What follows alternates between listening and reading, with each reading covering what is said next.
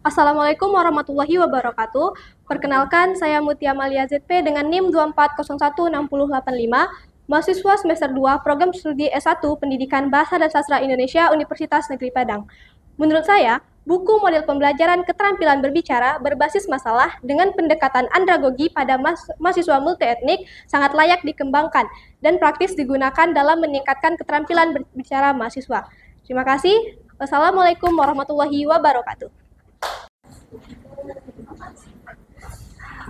Baik, Assalamualaikum warahmatullahi wabarakatuh. Perkenalkan saya Rifti Aulia Nurangkuti, NIM 2406089, mahasiswa semester genap program studi Pendidikan Bahasa dan Sastra Indonesia Universitas Negeri Padang. Menurut saya, buku model pembelajaran keterampilan berbicara berbasis masalah dengan pendekatan andragogi pada mahasiswa yang multietnik sangat layak untuk dikembangkan dan praktis untuk dipergunakan terutama dalam meningkatkan keterampilan berbicara mahasiswa. Sekian, terima kasih. Assalamualaikum warahmatullahi wabarakatuh. Assalamualaikum warahmatullahi wabarakatuh. Perkenalkan, saya Ahmad Sauji Lubis dengan NIM 2401602. Mahasiswa semester 2 program studi Pendidikan Bahasa dan Sastra Indonesia, Fakultas Bahasa dan Seni Universitas Negeri Padang. Menurut saya, model pembelajaran keterampilan berbicara berbasis masalah dengan pendekatan andragogi pada mahasiswa multietnik sangat layak dikembangkan dalam meningkatkan keterampilan berbicara mahasiswa. Assalamualaikum warahmatullahi wabarakatuh. Perkenalkan, nama saya Zikri Al-Ghifari dengan NIM 2401699, mahasiswa semester 2 dari program studi Pendidikan Bahasa dan Sastra Indonesia. Menurut saya, model pembelajaran keterampilan berbicara berbasis masalah dengan pendekatan andragogi pada mahasiswa multietnik sangat baik dan layak untuk dikembangkan dalam rangka untuk mempermudah dan membantu mahasiswa untuk belajar dalam berbicara dan menyampaikan pendapat. Sekian, Assalamualaikum warahmatullahi wabarakatuh. Anak-anak semuanya, sebelum saya menunjuk salah satu MC daripada saudara, saya akan mengajarkan sintaknya. Sintak daripada model ini, yang pertama saudara harus mengidentifikasi masalah. Artinya, baik tim pro maupun tim kontra harus benar-benar paham apa masalah yang akan diperdebatkan. Kemudian yang kedua, saudara berada di tahap memformulasikan mengeksplor masalah. Mengeksplor itu mengajukan berbagai pertanyaan dari masalah ini. Kita contohkan apakah misalnya kebijakan afirmasi pendidikan bagi kelompok minoritas di Indonesia perlu diperluas. Saudara cari sebanyaknya pertanyaan tentang kebijakan afirmasi yang ada di Indonesia. Ya. Kemudian tim kontra juga mencari demikian. Kebijakan afirmasi dapat menciptakan ketidakadilan. Kenapa ketidakadilan dapat tercipta akibat kebijakan afirmasi? Nah, ini dicari pertanyaan dieksplor yang dalam diri kita. Setelah itu, masuklah saudara di step berikutnya, memformulasikan masalah. Jadi masing-masing tim punya tugas tersendiri dalam menjawab debat tadi.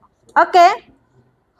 Dan berikutnya nanti kita akan masuk ke tahap presentasi. Sekarang kita akan memasuki tahap berikutnya, yaitu tahap presentasi. Artinya, Ananda semuanya akan mempresentasikan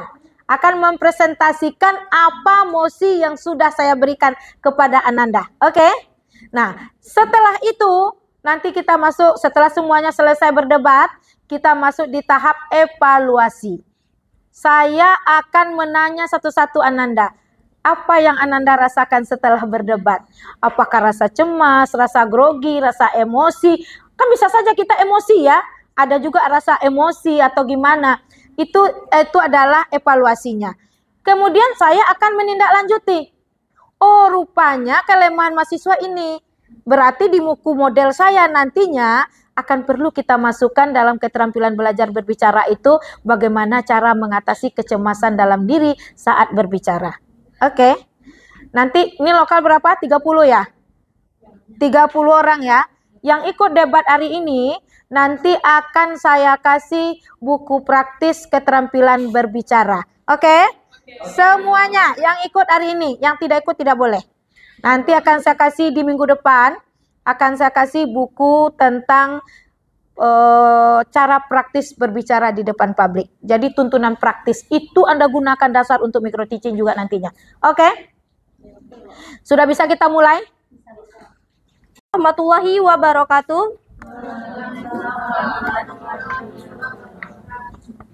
Hadirin sekalian, pada pagi hari ini kita akan melaksanakan debat dalam mata kuliah keterampilan berbicara mahasiswa semester 2 di Universitas Negeri Padang. Pada hari ini kita telah mendapatkan tim pro dan tim kontra. Sebelumnya, perkenalkan, saya Mutia Amalia ZP sebagai moderator yang akan memandu jalannya acara debat pada sesi kali ini. Sebelumnya, saya akan membacakan ketentuan peserta. Yang pertama, peserta kegiatan debat adalah mahasiswa aktif. Satu tim debat terdiri atas 5 orang mahasiswa multietnis dan wajib mengikuti technical meeting pada waktu yang ditentukan. Yang ketiga, peserta wajib menggunakan busana sopan dan rapi. Yang keempat, peserta wajib menjunjung tinggi adab dan sportivitas. Dan yang terakhir, peserta mampu menggunakan bahasa Indonesia yang baik dan benar. Adapun tata tertib pada pelaksanaan debat pagi hari ini, yang pertama yaitu setiap peserta wajib menggunakan bahasa Indonesia yang baik dan benar. Yang kedua, peserta akan dianggap mengundurkan diri jika tidak hadir 10 menit sebelum perlombaan. Yang ketiga, peserta dilarang berkata kasar, rasis, tidak sopan, diskriminatif, dan mengganggu konsentrasi lawan dengan cara-cara tidak etis. Yang keempat, selama pertandingan, peserta debat menonaktifkan gawai. Dan yang terakhir, pelanggaran lain yang dianggap mencemari sportivitas akan dikenai sanksi. Selanjutnya, sistematika kegiatan. Yang pertama, sistem yang digunakan pada kegiatan debat ini dari panduan Asian Parliamentary System.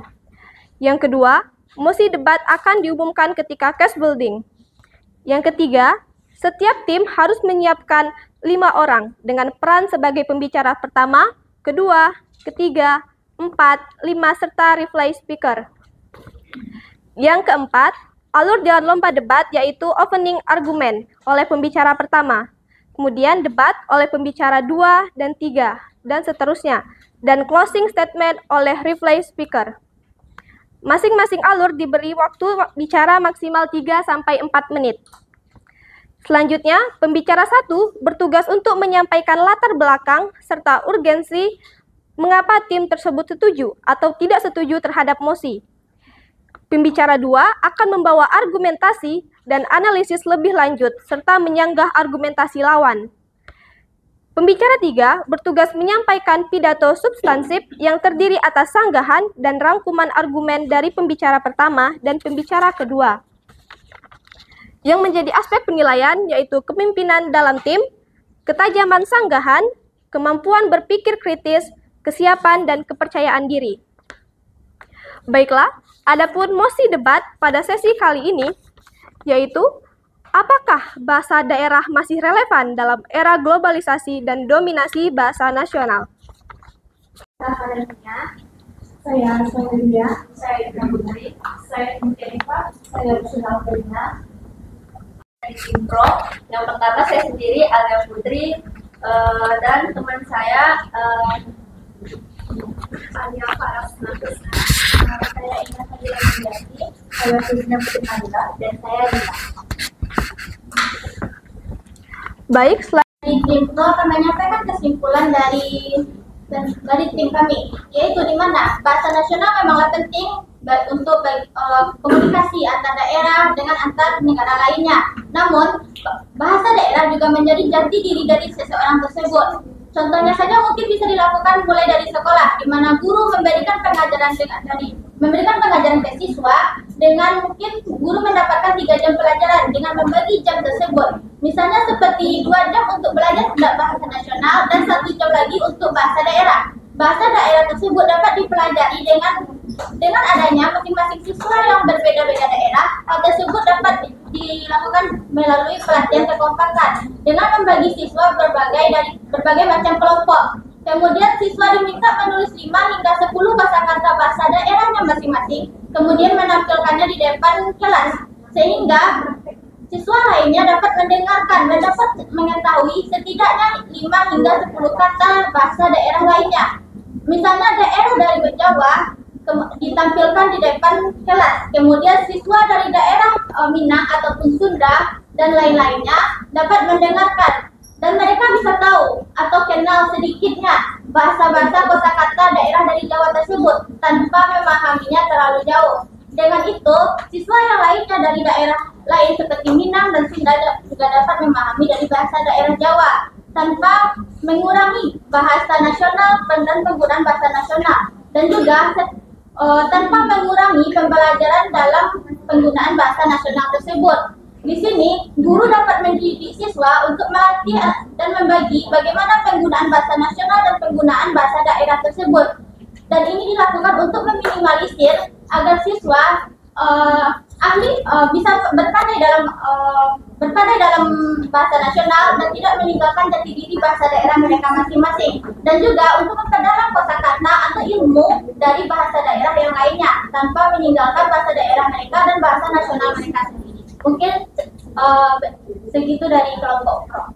Dari kelompok kontra akan menyampaikan argumen dari kelompok kami. Di mana setelah kelompok pro menyampaikan bahwa bahasa daerah itu relevan digunakan di era globalisasi pada saat sekarang ini. Namun, realita yang kita dapat lihat yaitu pada saat sekarang ini bahasa daerah sangat jarang digunakan, terutama di dunia pendidikan dan di daerah perkotaan. Bahasa Indonesia lebih sering digunakan di perkotaan sebagai bahasa yang mudah dipahami, karena bahasa Indonesia ini adalah bahasa nasional yang digunakan dalam komunikasi. Selain itu, bahasa asing juga sering digunakan seperti bahasa Inggris dalam dunia pendidikan dan juga dalam perguruan tinggi, sehingga bahasa daerah ini sangat jarang digunakan dan tidaklah efektif dalam komunikasi antar generasi. Seperti kelompok pro katakan tadi, di dalam dunia pendidikan seperti sekolah, banyak bahasa daerah yang digunakan. Di Indonesia ini terdiri dari beragam bahasa daerah. Sebagai contohnya di dalam perkuliahan, kita terdiri dari berbagai daerah. Jangankan di daerah ibu kota, di daerah provinsi seperti ini aja bahasa kita sudah berbeda-beda. Jadi bahasa itu sangatlah sulit kita dalam berkomunikasi. Jadi bahasa yang lebih efektif digunakan itu adalah bahasa internasional, yaitu bahasa Indonesia, sehingga antara kita pasti memahami bahasa tersebut. Kita belum tentu daerah Payakumbuh dengan daerah Batu Sanggan misalnya, kita belum tahu bahasa daerah kita satu sama lain, sehingga kita sulit dalam berkomunikasi. Nah, itulah dari penyampaian argumen dari kelompok kontra. Masih ada waktu. Dari argumen teman saya, sebaiknya memfokuskan pendidikan pada penguasaan bahasa nasional dan bahasa asing akan lebih efisien dan mempersiapkan siswa dengan keterampilan yang dibutuhkan untuk bersaing di pasar global. Baik, teman saya, yang mana bahasa Indonesia itu sebagai bahasa nasional terbukti berfungsi sebagai alat pemersatu bagi bangsa yang terdiri dari beragam suku dan etnis, yang mana penggunaan satu bahasa nasional itu bisa memperkuat komunikasi antara daerah dan menciptakan koherensi oleh sosial tersebut. Sementara bahasa daerah yang terlalu banyak bisa menyebabkan ketegangan atau kesulitan berkomunikasi antar etnik yang berbeda. Sekian argumen dari saya. Baik, karena sesi cash building sudah habis, kita masuk pada mosi. Apakah bahasa daerah masih relevan dalam era globalisasi dan dominasi bahasa nasional? Pada tim pro, bahasa daerah harus tetap dipertahankan dan diajarkan di sekolah untuk melestarikan warisan budaya. Silahkan sampaikan argumen Anda dalam waktu 3-4 menit, dimulai dari sekarang. Baiklah, kami dari tim pro akan menyampaikan berdiri.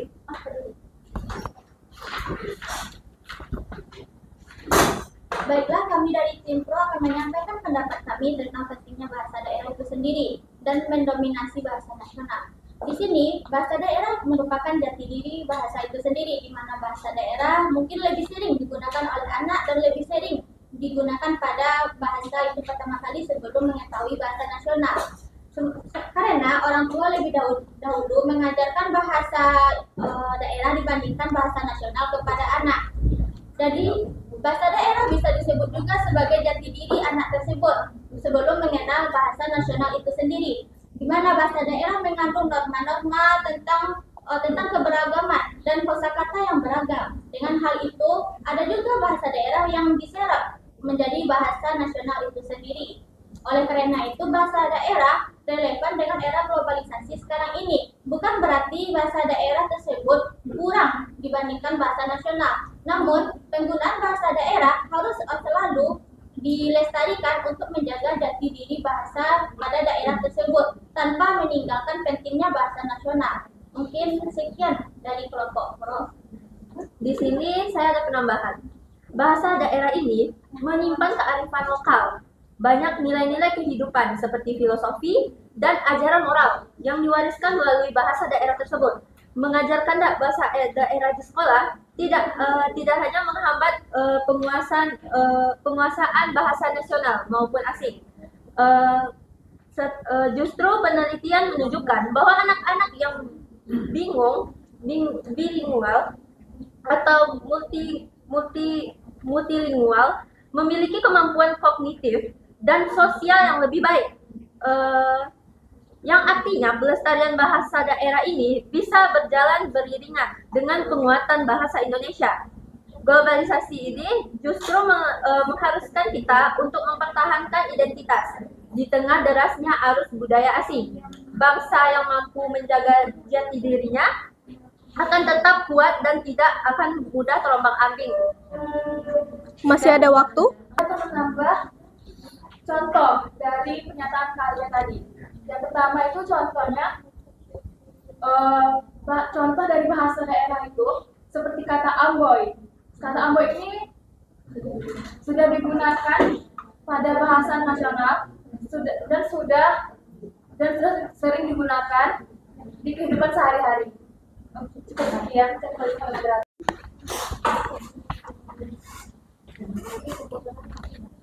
Baik, kami dari tim kontra akan menyimpulkan yang mana kami dari tim kontra ini meyakini bahwa di era globalisasi yang sangat kompetitif ini, dominasi bahasa nasional dan internasional itu jauh lebih penting untuk meningkatkan daya saing bangsa tersebut. Bahasa Indonesia telah terbukti untuk menyatukan berbagai suku dan budaya dari bangsa tersebut. Bukan hanya untuk menyatukan saja, bahasa internasional seperti bahasa Inggris juga membuka akses luas di berbagai seperti teknologi, peluang, dan kerja global. Kemudian, mengajarkan bahasa daerah itu justru lebih berisiko membebani kurikulum dan juga menyulitkan implementasi dan kurang relevan dalam dunia profesional. Dan pelestarian budaya memang penting, tetapi tidak harus selalu dilakukan melalui sistem pendidikan yang formal. Oleh karena itu, kami menolak mosi ini dan menegaskan bahwa prioritas pendidikan harus difokuskan pada penguasaan bahasa Indonesia, yaitu sebagai bahasa nasional dan pemersatu dari bangsa tersebut. Sekian dari tim kontra, saya kembalikan kepada moderator. Kontra ini menyanggah dari pernyataan dari kelompok Pro.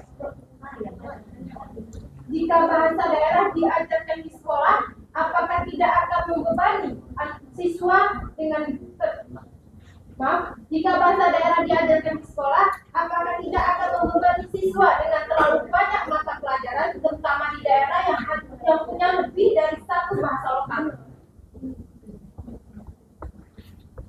Sedangkan siswanya banyak dari berbagai daerah, sehingga sulit untuk memahami bahasa daerah tertentu. Sekian dari saya.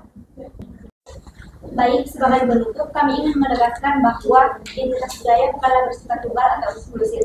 Dia adalah bersifat majemuk, terutama dalam konteks Indonesia yang beragam. Justru itu menjadi sebuah kekuatan.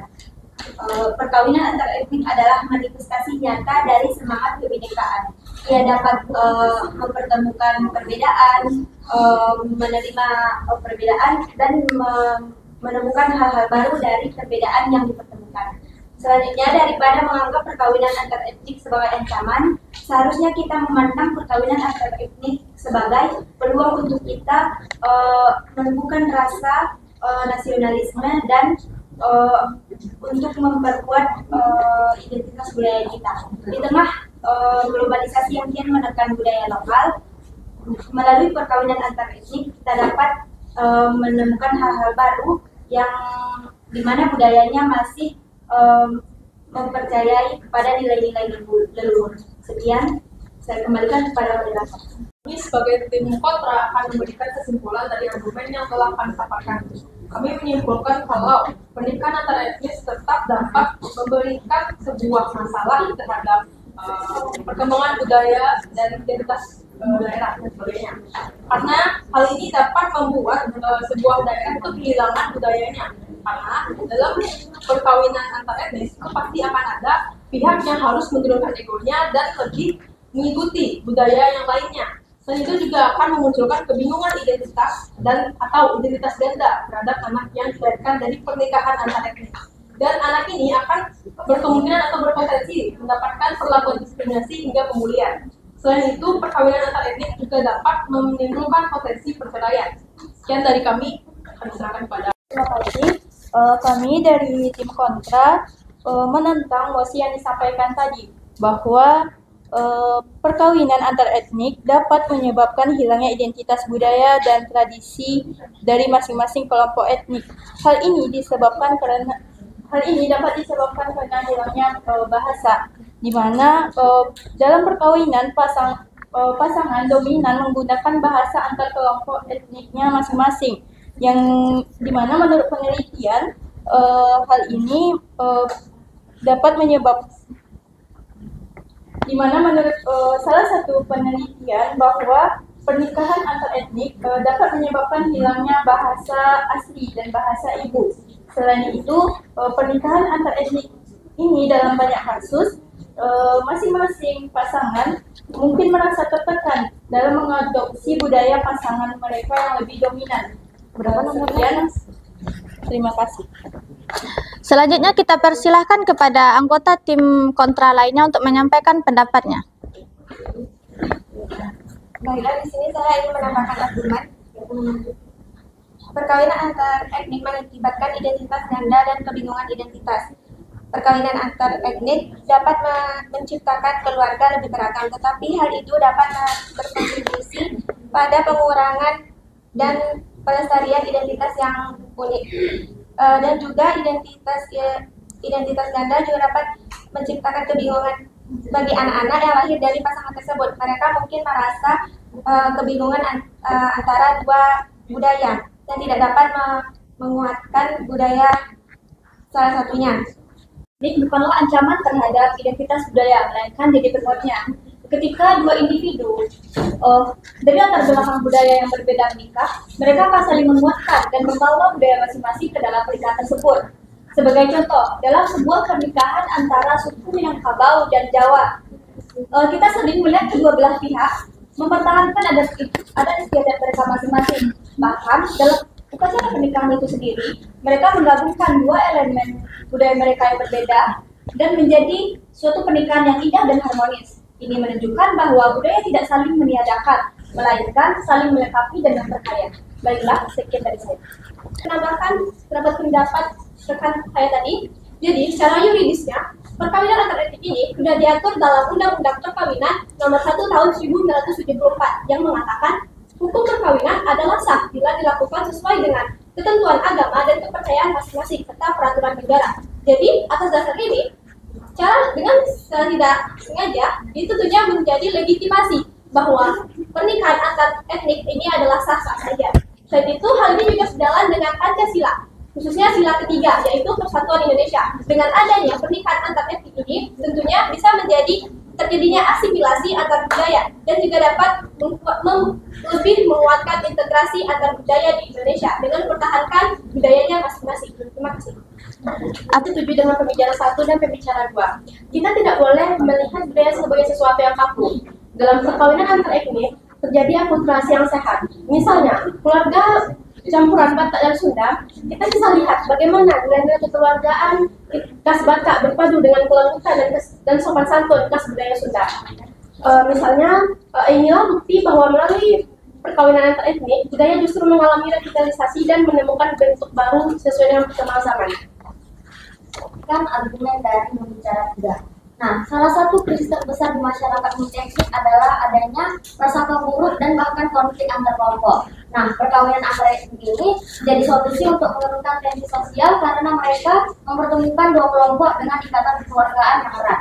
Nah, di banyak kasus keluarga antar etnik ini menjadi tempat pertama di mana dua budaya itu bersatu dan bisa saling memahami secara langsung dan mendalam. Nah, dari situ akan menghapuskan prasangka buruk tersebut dan akan menggantinya dengan perasaan menghargai atau toleransi.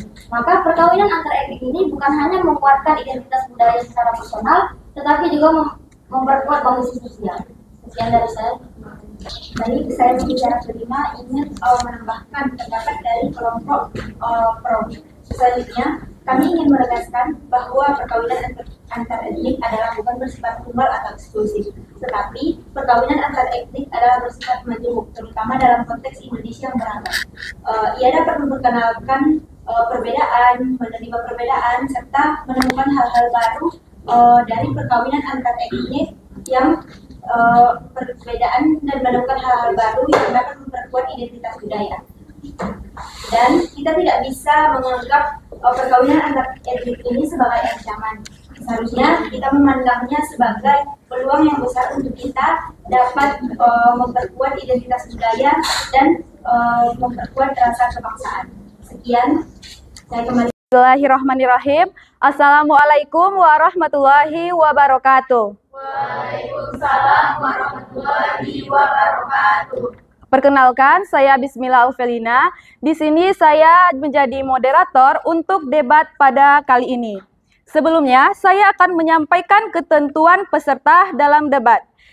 Yang pertama, peserta kegiatan dapat debat adalah mahasiswa aktif. Yang kedua, satu tim debat terdiri atas 3 orang mahasiswa multinis dan wajib mengikuti technical meeting pada waktu yang ditentukan. Yang ketiga, peserta wajib menggunakan busana sopan dan rapi.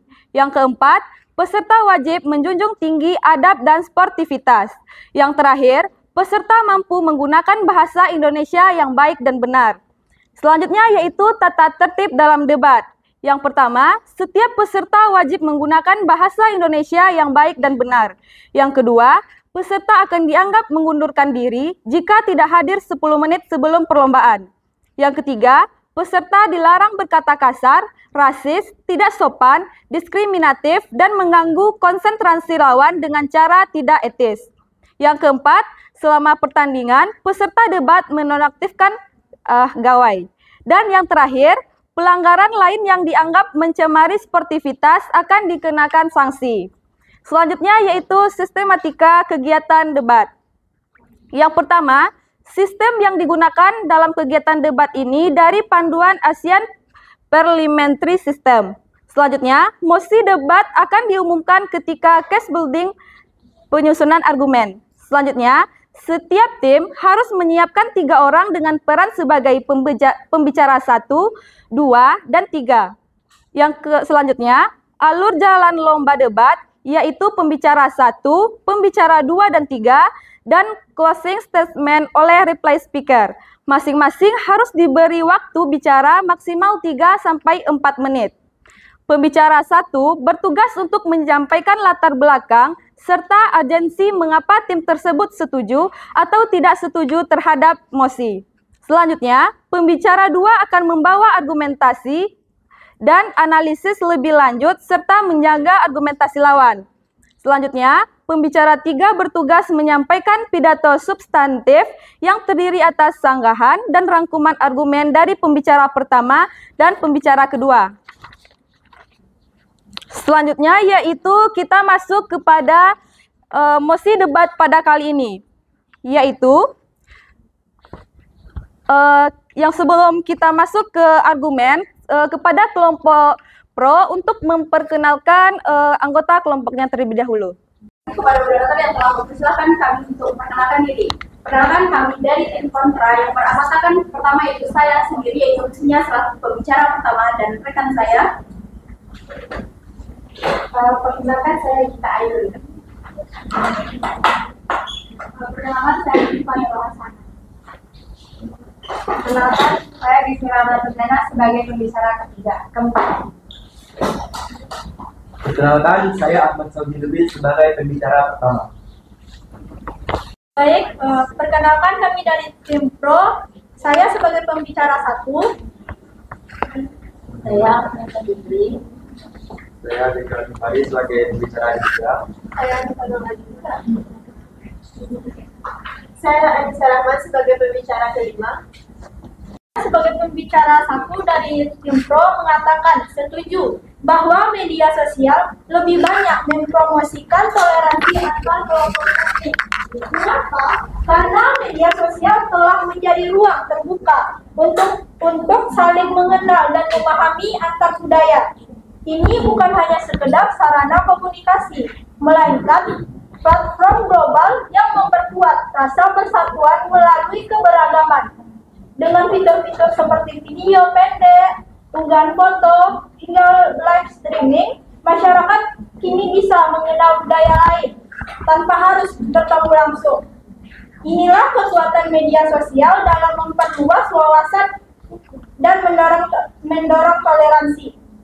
Sekian argumen dari Saya sebagai pembicara kedua akan menyampaikan argumen dari kelompok kami. Media sosial memperkenalkan budaya lain secara luas dan positif. Di TikTok, YouTube, dan Instagram, kita bisa melihat konten-konten budaya seperti tarian tradisional, makanan khas daerah, bahasa daerah, hingga adat istiadat dari berbagai kelompok etnik. Konten ini tidak hanya menghibur, tetapi juga mendidik dan membangun rasa ingin tahu serta hormat terhadap budaya lain. Contohnya, konten budaya Papua yang semula jarang diketahui kini menjadi sorotan dan mendapat apresiasi dari seluruh penjuru negeri. Ini adalah bukti bahwa media sosial adalah jembatan untuk saling memahami dan bertoleransi. Sekian argumen dari Pembicara 3 akan menambahkan argumen dari teman saya bahwa media sosial membentuk solidaritas antar etnik saat terjadi ketidakadilan. Misalnya, saat terjadi diskriminasi terhadap kelompok tertentu, masyarakat dari berbagai etnik bisa bersatu untuk menyuarakan dukungan melalui media sosial. Gerakan seperti Papua Itu Kita atau tolak rasisme menunjukkan bahwa media sosial menjadi ruang solidaritas. Media sosial juga memberi ruang bagi kelompok minoritas untuk berbicara, menyampaikan cerita, dan menuntut keadilan yang sebelumnya sulit dilakukan di ruang konvensional. Sekian argumen dari saya. Saya sebagai pembicara kelima akan menambahkan argumen. Saya ingin menegaskan kembali bahwa media sosial adalah sarana yang efektif untuk mempromosikan toleransi dan keberagaman antar etnik. Dengan mempermudah akses terhadap budaya lain, memperluas ruang dialog, serta membangun solidaritas saat terjadi diskriminasi, media sosial telah membuktikan perannya sebagai penghubung antar kelompok etnik. Mari kita gunakan media sosial sebagai alat perdamaian, pemersatu bangsa, dan pelestarian keberagaman. Kami dari tim Pro dan PKS menyatakan bahwa media sosial lebih banyak mempromosikan toleransi daripada memperburuk polarisasi. Sekian, terima kasih. Cukup gitu. Tim Pro akan menyimpulkan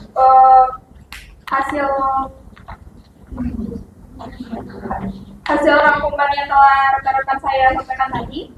Jadi di sini media sosial jika digunakan secara positif lebih banyak mempromosikan toleransi antar kelompok etnik daripada memperburuk polarisasi. Platform ini memungkinkan masyarakat dari berbagai latar belakang untuk berinteraksi, mengenal budaya lain, menyebarkan pesan damai, serta membangun solidaritas. Saat terjadi ketidakadilan, meski ada potensi penyalahgunaan, fungsi utama media sosial sebagai jembatan antara budaya dan alat penyebaran nilai-nilai toleransi jauh lebih dominan. Oleh karena itu, media sosial seharusnya dimanfaatkan sebagai sarana pemersatu dalam keberagaman. Terima kasih. Baik, saya dari perwakilan kelompok tim Pro. Maaf. saya dari perwakilan tim kontra akan menyimpulkan kesimpulan dari argumen kami. Jadi dapat disimpulkan meskipun media sosial memiliki potensi sebagai sarana komunikasi, faktanya lebih banyak memperburuk polarisasi antar kelompok etnis daripada mempromosikan toleransi. Penyebaran hoaks dan ujaran kebencian yang cepat dan masif di platform ini memperkuat stereotip negatif dan memicu konflik sosial yang nyata. Algoritma media sosial yang mengedepankan konten yang sesuai dengan preferensi pengguna justru memperkuat segresi informasi, menciptakan ruang gema yang mengisolasi kelompok-kelompok etnik dalam pandangan sempit dan bias. Selain itu, media sosial sering memanfaatkan media sosial untuk memperkuat politik identitas dan memecah belah masyarakat. Oleh karena itu, klaim bahwa media sosial lebih banyak mempromosikan toleransi tidak dapat diterima secara realistis dalam konteks sosial dan teknologi pada saat ini. Sekian dari saya kembalikan pada penjelasan. Kami tim pro, saya di sini kami sebagai tim kontra. Nah, di sini kami menolak mosi debat kita pada hari ini, yaitu media sosial lebih banyak mempromosikan toleransi atau justru memperburuk polarisasi antar kelompok etnik. Nah, karena kami tim kontra, jadi sikap kami di sini yaitu kami meyakini bahwa media sosial lebih memperburuk polarisasi antar kelompok dan etnik. Kenapa sikap kami menolak? Nah, di sini di mosi kita debat pada kesempatan kali ini dilatar belakangi oleh beberapa alasan. Yang pertama yaitu penyebaran hoax dan disinformasi yang cepat di media sosial. Nah, di media sosial sendiri, berita hoax dan disinformasi sangat cepat berkembang, sehingga hal ini dapat memicu perpecahan atau ketegangan di masyarakat, khususnya di Indonesia sendiri yang masyarakatnya multi etnik. Nah, yang kedua yaitu ujaran kebencian sebagai konten yang viral dan merusak. Pada media sosial, nyatanya berita mengenai ujaran kebencian terhadap suatu etnik atau agama tertentu itu lebih gampang viral, dan hal ini menyebabkan kita mengkonflik antar sesama. Terus yang ketiga yaitu algoritma media sosial memperkuat polarisasi dan membentuk echo chambers.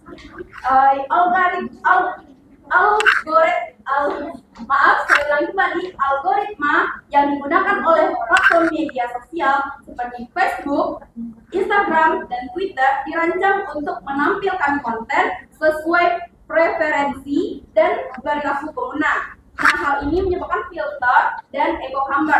Nah, menurut penelitian oleh Balki et al. Tahun 2015 menunjukkan bahwa fenomena ini memperkuat bias dan mengurangi terhadap paparan informasi yang sama. Terus yang latar belakang terakhir dari tim kami yaitu politik identitas dan manipulasi media sosial, yaitu nyatanya media sosial lebih digunakan sebagai politik di mana kita bisa berkonflik antar sesama, baik itu dari suku, agama, ras, dapat berkonflik berdasarkan adanya blunder antara untuk kepentingan politik. Nah, itu saja mungkin dari saya kembalikan kepada moderator.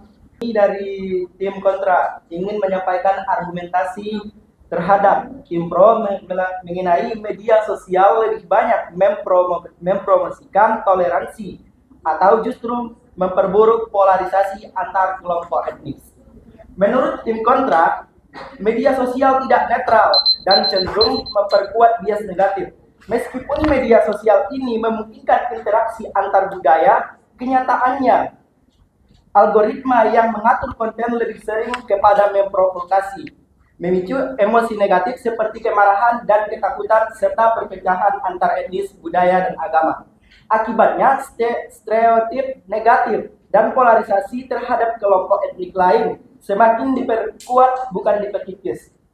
Baik, sekian saya kembalikan. Menambahkan argumen dari kelompok kami itu tentang kampanye toleransi sering kalah cepat dengan penyebaran hoaks dan ujaran kebencian. Kampanye positif yang bertujuan untuk mempromosikan toleransi memang ada, tapi penyebaran hoax dan ujaran kebencian jauh lebih cepat dan menjadi viral. Konten negatif yang memecah belah masyarakat lebih mudah menarik perhatian dan dibagikan.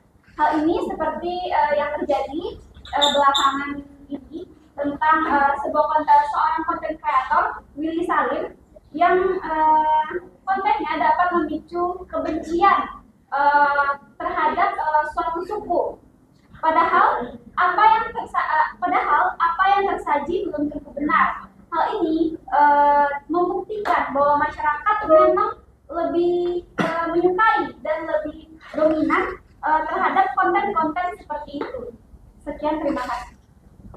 Saya ingin menyatakan argumen saya terkait pernyataan Tim Cruz tentang MOSI, itu media sosial lebih banyak mempromosikan toleransi atau justru memperburuk polarisasi antar kelompok etnik. Di mana media sosial ini memang yaitu sebagai sarana yang memungkinkan untuk kita dapat berinteraksi antar kelompok etnik, yang mana juga di sisi lain juga memberikan dampak negatif terhadap stabilitas sosial dan psikologis individu, di mana maksud dari stabilitas sosial ini yaitu media sosial ini cenderung kali yaitu dapat mengganggu kedamaian atau ketenangan antara kelompok etnik, di mana ujaran-ujaran kebencian dapat mengganggu dapat menyebabkan kerusuhan sosial, di mana kerusuhan sosial antara kelompok etnik tersebut dapat memicu psikologis, menekan, yaitu adanya rasa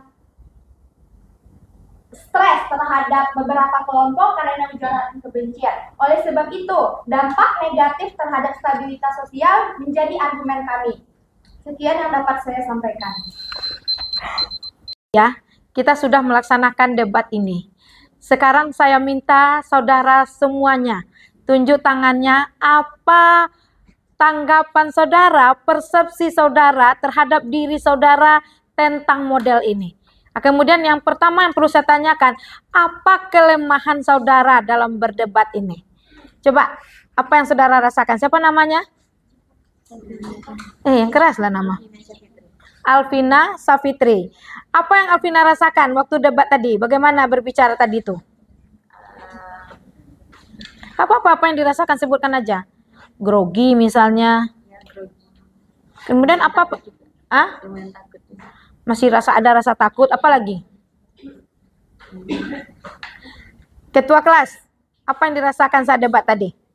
Perasaan grogi dan gugup pada saat berbicara. Gugup saat berbicara, jadi masih adanya rasa gugup, ada rasa takut, apa lagi? Kurangnya persiapan saya dalam menyiapkan materi. Oh, berarti kurang persiapan menyebabkan kita tidak terampil berbicara, oke? Siapa ya?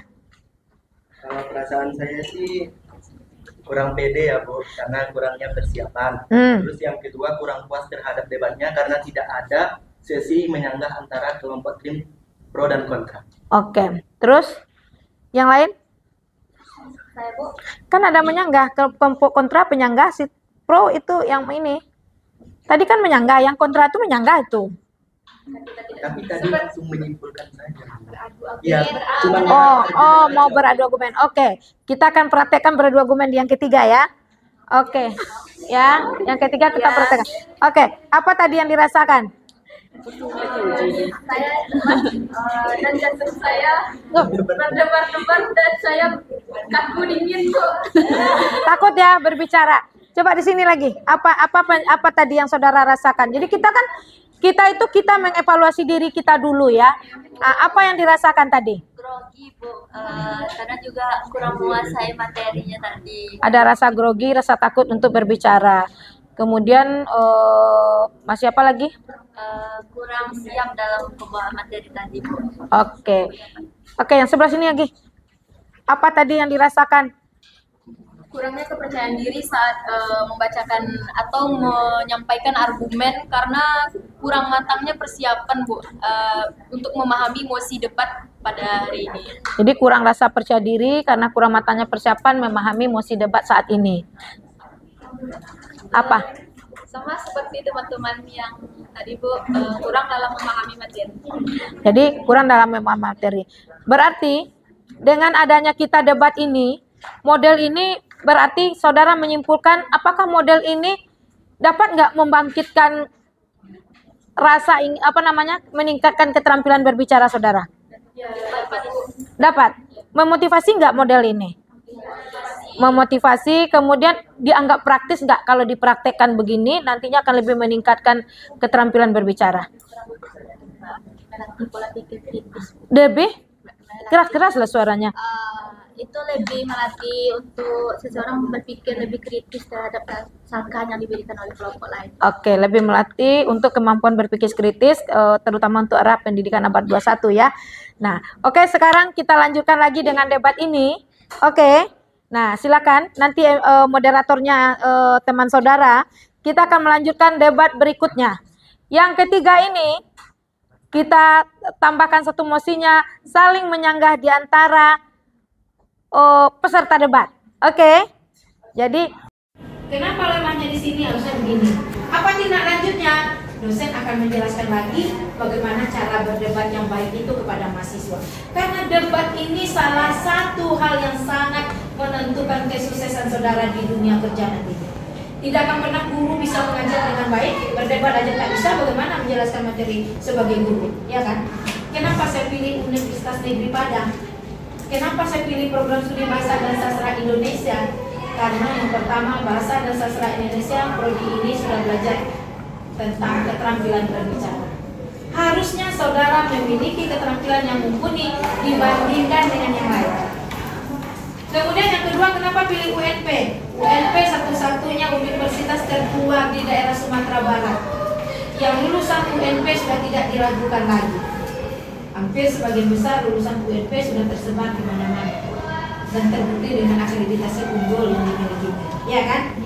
Akreditasi unggul itu adalah pengakuan dunia nyata bahwa kita memang berkualitas. Oke, Anda semua, kita bisa praktekkan debatnya. Nah, sekarang saya tanya, mana yang berada memilih tim pro? Di mosi berapa yang saudara pilih? Yang dibagikan Bu Ena, saudara boleh pilih mosinya tim pro dan kontra. Mosi apa? Yang sudah saudara baca mosi yang mana? Anggotanya coba pilih dulu kelompoknya, pro dan kontra. Atau saya yang memilih? Atau saudara yang memilih? Hah? Ya kalau 3 berarti 6. Kita berapa semua? Ini yang hadir berapa nih? 1, 2, 3, 4, 5, 6, 7, 8, 9, 10, 11, 12, 13, 14, 15, 16, 17, 18, 19, 20, 21, 22, 23, 24, 25, 26, 27, 28, 29, 30. 6 kali 5 ya? 6 kali 5, 30. Berarti kita sekelompoknya 55. 55 ya. 1 nantinya akan diserser untuk jadi moderator. Oke? Silakan kursi 5 di sini pro, di sini 5 kontra. Silakan disusun.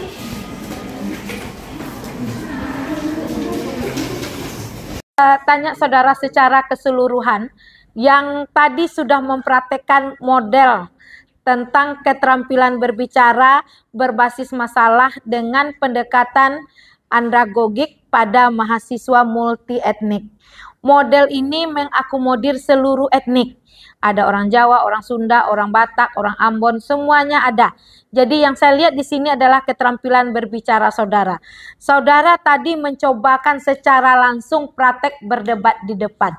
Ya, mencobakan secara langsung praktek berdebat di depan. Saya mau tanya sama saudara semuanya. Menurut saudara, sebagai mahasiswa saat ini, apakah model ini cukup praktis atau tidak untuk dikembangkan dalam rangka meningkatkan keterampilan mahasiswa dalam berbicara? Tunjuk tangan, siapa yang bisa menjawab? Coba. Menurut saudara bagaimana? Apakah model yang sedang saudara laksanakan tadi, apakah cukup apakah praktis, ya kan? Sangat praktis dalam meningkatkan keterampilan berbicara atau tidak? Coba. Menurut saya Praktek berbicara yang kita lakukan tadi cukup praktis untuk dipraktekkan Ibu. Cukup praktis. Nah, dalam meningkatkan keterampilan berbicara. Cukup praktis atau sangat praktis untuk meningkatkan keterampilan atau gimana? Yang lainnya coba. Si ini lagi, siapa namanya? Anifa. Gimana Anifa? Menurut saya cukup praktis juga, Bu. Cukup praktis. Oke. Kalau yang lainnya? Yang dari belakang lagi, pelakilon belakang belum. Layak nggak untuk dikembangkan model ini? Layak. Layak untuk dikembangkan. Oke, terima kasih ya. Nah, sekarang saya mau minta 4 orang mahasiswa, si Sauji 1. Sauji, sini Sauji. Rizky ya. Zikri 1. Kemudian yang ceweknya, saudara 1 ya. Berdasarkan pendapat orang lain, ya kan? Tim pro meyakini bahwa pendapatnya itu benar. Kemudian tim kontra mengatakan kebijakan afirmasi dapat menciptakan ketidakadilan bagi kelompok lain dan seharusnya digantikan dengan sistem meritokrasi murni. Tim kontra, dia yakin dengan pendapatnya. Ya, dengan masalahnya. Harus ini. Banyak cara sekarang memang masalah itu. Saudara bisa lihat AI, saudara bisa lihat hasil riset, ya kan? Dan lainnya. Jadi itu yang pertama berada di simpang 1, identifikasi masalah. Kemudian yang kedua, apa yang dilakukan oleh mahasiswa? Mahasiswa mulai mengeksplor dirinya. Artinya apa? Mahasiswa mulai mengajukan berbagai pertanyaan. Mengajukan berbagai pertanyaan di dalam dirinya sehubungan dengan mosi yang dia yakini. Oke. Kemudian yang ketiga, yaitu memformulasikan masalah. Memformulasikan masalah itu dibagi, ini kamu jawabnya ini ya, kamu di pro, kita kan pertanyaannya ini kamu ini. Itu memformulasikan bermasalah. Barulah masuk kita ke tahap presentasi, tahap menyampaikan. Tim A pro mengatakan, kami dari kelompok tim pro, ketuanya si Anu, anggotanya 1, 2, 3, ya kan? Dijawab oleh si B, kami dari, itu mempromosikan dulu, memperkenalkan diri. Kami tim kontra, anggotanya A, B, C, ya. Kemudian setelah itu, kami dari tim pro akan menyampaikan, ya kan? Jadi kan saudara berdebat itu dipimpin oleh seorang model. Kelompok minoritas di Indonesia perlu diperluas. Menurut tim pro, ya kan? Menurut tim pro, kebijakan afirmasi membantu meningkatkan akses pendidikan bagi kelompok etnik minoritas yang selama ini kurang terwakili. Kenapa begitu? Ya kan? Kita identifikasi